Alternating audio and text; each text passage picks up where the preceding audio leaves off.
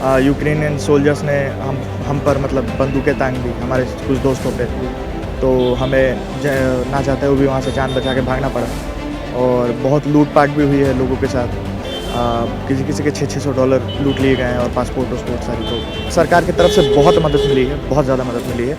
नमस्कार, मैं अभिषेक। आप देख रहे हैं NBC 24 न्यूज़। पटना एयरपोर्ट पे हैं और जिस तरीके से वार हो रहा है यूक्रेन और रशिया में, इसको लेकर जो छात्र हैं, बिहारी छात्र, वो लगातार आ रहे हैं।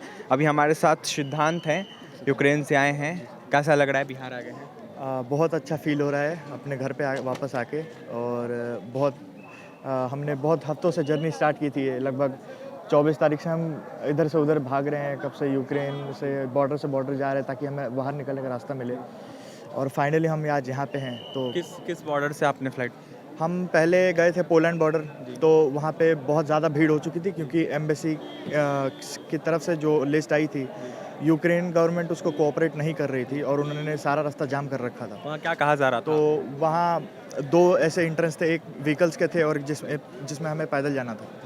तो वो लास्ट में क्या हुआ कि व्हीकल्स वाले पूरे जिसमें थे वो उसमें पैदल वाले आ गए और वो एंट्रेंस पूरा जाम हो गया और जहाँ पैदल जाना था वहाँ व्हीकल्स वाले पहुँच गए।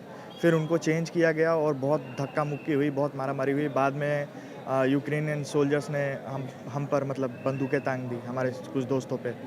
तो हमें ना चाहते हुए भी वहाँ से जान बचा के भागना पड़ा और बहुत लूट-पाट भी हुई है लोगों के साथ। कुछ आपके के साथ भी कुछ हुआ? हमारे साथ ऐसा कुछ नहीं हुआ बट हमारे दोस्तों के साथ हुआ है।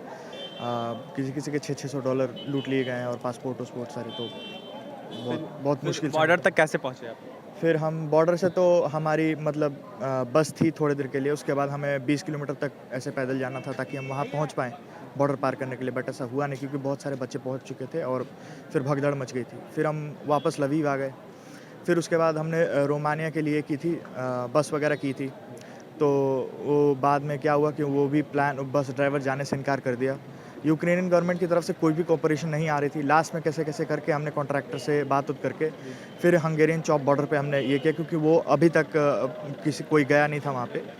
तो हम जैसे-तैसे करके वहाँ तक आए और फिर हंगेरियन चॉप बॉर्डर के अदर साइड से यूक्रेन से वो लगभग 12-13 घंटों में क्लियर हुआ वहाँ से और हंगेरियन गवर्नमेंट ने मात्र 15-20 मिनट में क्लियर कर दिया। उसके बाद से सब कुछ इंडियन एम्बेसी ने सँभाला है। भारत सरकार की तरफ से क्या कुछ भारत मदद सरकार की तरफ से बहुत मदद मिली है, बहुत ज़्यादा मदद मिली है। जैसे हम चौप बॉर्डर पार करके गए, हमें एक अकोमोडेशन दिया गया, हमें बस दी गई अच्छी-सी। फिर हमारे खाने-पाने पीने का सारा ध्यान रखा गया हमारा। और जो जगह सेफ़ है, जो जगह इंडियन स्टूडेंट्स के लिए है, वॉलंटियर से बात करके और अब बहुत अच्छा कोऑर्डिनेशन लगा हमें।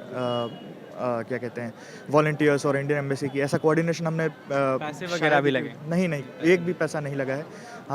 हमारा हंगरी से लेके बुडापेस्ट से लेके यहाँ तक का एक भी रुपए खर्च नहीं लगा है।